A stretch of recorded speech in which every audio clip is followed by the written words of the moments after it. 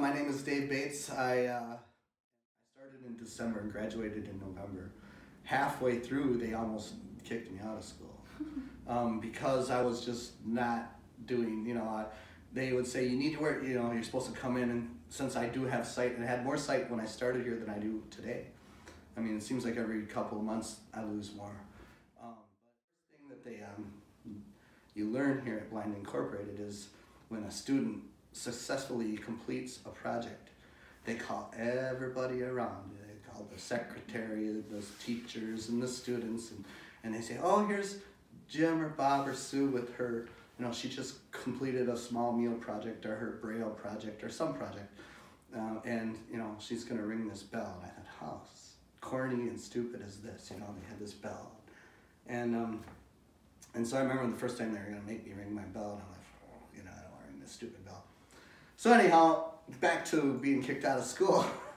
I had a big meeting with Dick, and at the time Dan was the now executive director. The person that started when I started here, she was gone. But anyhow, we had a meeting. They're like, we're gonna ask, you're just not fully engaged in learning how to use your cane. You use your blind shades are up all the time when you're out on your mobility assignments. You're not using your blind shades are up in Braille and in industrial arts. So you're not really taking this 100%. They said, maybe you'll have to come back when you lose more sight. Well, by that time, I kind of fell in love with these guys, and they said, we'll give you an NFB t-shirt. And I said, I ain't gonna take no stupid t-shirt. I want my bell. For some reason, the bell, all of a sudden I had to have the bell. And so they said, well, then you gotta start turning in your assignments. I wasn't turning in my Braille assignments Chelsea was asking for.